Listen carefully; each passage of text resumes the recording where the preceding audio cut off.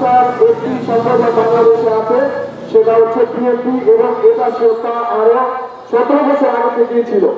কিন্তু স্বৈরাচার হাসিনা কি করেছে? পেটুয়াবাদীর মাধ্যমে, পুলিশের মাধ্যমে আমাদেরকে মামলা দিয়ে খুন করে আমাদের মুখ বন্ধ রেখেছে। কিন্তু আমাদের ওই সময়টা এখন আর নেই। এখন হচ্ছে আমাদের নিজেকে সামনের দিকে ফুটিয়ে তোলার সময়, উজ্জ্বল ভবিষ্যৎ করার সময়, উজ্জ্বল রাজনীতি করার সময়। আমরা সামনের দিকে এগিয়ে যাব জনাব তারেক রহমানের নির্দেশে সম্পূর্ণভাবে বাংলাদেশকে জনমুক্ত, দুর্নীতিমুক্ত, সন্ত্রাসমুক্ত, মাদকমুক্ত করার জন্য আমরা দীর্ঘগতিতে এগিয়ে যাব। আর সবচেয়ে বড় কথা হচ্ছে আমরা মানুষের ভোটের অধিকার ফিরিয়ে দেওয়ার জন্য আন্দোলন করেছি, এখন পর্যন্ত আন্দোলন করে যাচ্ছি। ভোটের অধিকার যে পর্যন্ত ফিরে না আসবে সেই পর্যন্ত আমরা আন্দোলন চালিয়ে যাবো ইনশাআল্লাহ। কি রাজি আছেন সবাই? ইনশাআল্লাহ। এবং বলতে চাই, আমাদের সাথে আমাদের যেসব সহযোগিতা আছে সব প্রত্যেকেই এক একজন মুক্তিযোদ্ধার চেয়ে কম না। আমরা বিগত দিনে যে আন্দোলন করেছি লুকিয়ে থেকে দৌড়ানিকে, গুলিকে, আমাদের নেতা শান্তিনিকেতন খান আমার সামনে গুলিকে রাস্তায় বেরিয়ে পড়েছে, আমার দেখা, আমার নিত্য দেখা রাস্তায় গুলিকে আন্দোলনে লুকিয়ে পড়েছে। আমাদের এখানকে পুলিশ দিদি দাঁড়িয়ে রাজপথ নির্যাতন করেছে, রবিউল অ্যারেস্ট হয়েছে। আমাদের আহ্বান রকিবাইকে সেই হ্যারাসমেন্টের ভিতরে রেখেছে, এরকম হ্যারাসমেন্টের ভিতরে কেউ ছিল না। আমাদের প্রত্যেকটা যোজনাটাকে আন্দোলনের সময় এবং কি এই ওনার বক্তৃতাতে এতটুকুই বোঝায় যে আমরা নির্যাতিত হয়েছি, এর বিচার আমরা চাই। বিগত দিনে যেভাবে হোক এই বিচার যেভাবে আদায় করতে হয় আমরা ইনশাআল্লাহ আদায় করে নেব। ঠিক কিনা ঠিক? আমরা আদায় করে নেব। সম্মানিত সহযোগিতাগণ, আমাদের কিছুক্ষণের জন্য একটা আনুষ্ঠানিকতা আছে, সেটা আমরা 2-3 মিনিটের ভিতরে শেষ করব, তারপরে আবার সংক্ষিপ্ত বক্তৃতায় চলে আসবে। বিগত দিনে আমাদের যুবদলে 61 নম্বর ওয়ার্ডে আপনারা জানেন ঢাকা মহানগর দক্ষিণের ভিতরে সর্বোচ্চ ভূমিকা পালন করেছে যাত্রাবাড়ি থানা। সবাই জানেন না এটা? সবাই জানে যাত্রাবাড়ি থানার ভিতরে সবচেয়ে গুরুত্বপূর্ণ ভূমিকা পালন করেছে 63 নম্বর ওয়ার্ড যুবদল। ঠিক কিনা?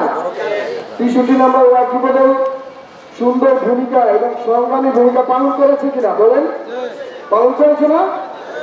আচ্ছা, এর ভিতরে আমাদের অনেক নেতা কর্মী গুলি থেকে শুরু করে, বুক থেকে শুরু করে কারা নির্যাতিত হয়ে বিভিন্ন জায়গায় অ্যারেস্ট হয়ে নির্যাতন সহ্য করেছে না? ঠিক তেমন আমাদের মাঝে আমাদের দুজন সহযোদ্ধা আছেন যারা কিনা জেল জুলুমের শিকার হয়েছেন এবং 5 তারিখের আগে ডিবির হাতে অ্যারেস্ট হয়ে নির্মম ভাবে অত্যাচারের শিকার হয়েছেন এবং কারাবরণ করেছেন। 4 জন কারাবরণ করেছেন। আবু বকর, রবিউল, ইরফান, সৌরভ আর আবু বকর আজকে আমাদের মাঝে উপস্থিত নেই। সৌরভ আছে আমাদের মাঝে উপস্থিত আছে, আবু বকর আমাদের মাঝে উপস্থিত নেই। আমরা তাদেরকে আসলে সান্ত্বনা দিয়ে তাদের এই কষ্ট ফিরিয়ে দিতে পারবো না, তবে আমাদের অবশ্যই উচিত তাদেরকে অন্তত অল্প করে হলেও কিছুটা সান্ত্বনাদায়ক প্রতিশ্রুতি দেওয়া। আমরা এখন তাদেরকে আমাদের সিনিয়র নেতৃবৃন্দ যারা আছে, আমাদের সদস্য সচিব আছে, আমাদের আহ্বায়ক আছে, যুগ্ম আহ্বায়ক আছে, ওনাদের হাত দিয়ে ফুলের মালা দিয়ে তাদেরকে শুভেচ্ছা বিনিময়ের মাধ্যমে বরণ করে নেবেন, যেন তারা অন্তত মন থেকে একটু আশ্বাস পায় নেতাদের প্রতি, যে নেতারা তাদেরকে অন্তত এতটুকু সম্মান দিয়েছেন। আমি প্রথমে ডাকবো হচ্ছে সৌরভকে। সৌরভ আপনি স্টেজের সামনে আসুন। সৌরভ হচ্ছে আমাদের কারা নির্যাতিত নেতা, আপনারা সবাই দেখে রাখুন। সে দলের জন্য কারাবরণ করেছে এবং বিভিন্ন অত্যাচার সহ্য করেছে। আমি মাহমুদুল হাসান রকি ভাইকে বলবো যে ফুলের মালা দিয়ে মাহমুদুল হাসান ভাইকে বলবো যে ফুলের মালা দিয়ে সৌরভকে বরণ করে নেওয়ার জন্য সবাই হাততালি দিবেন।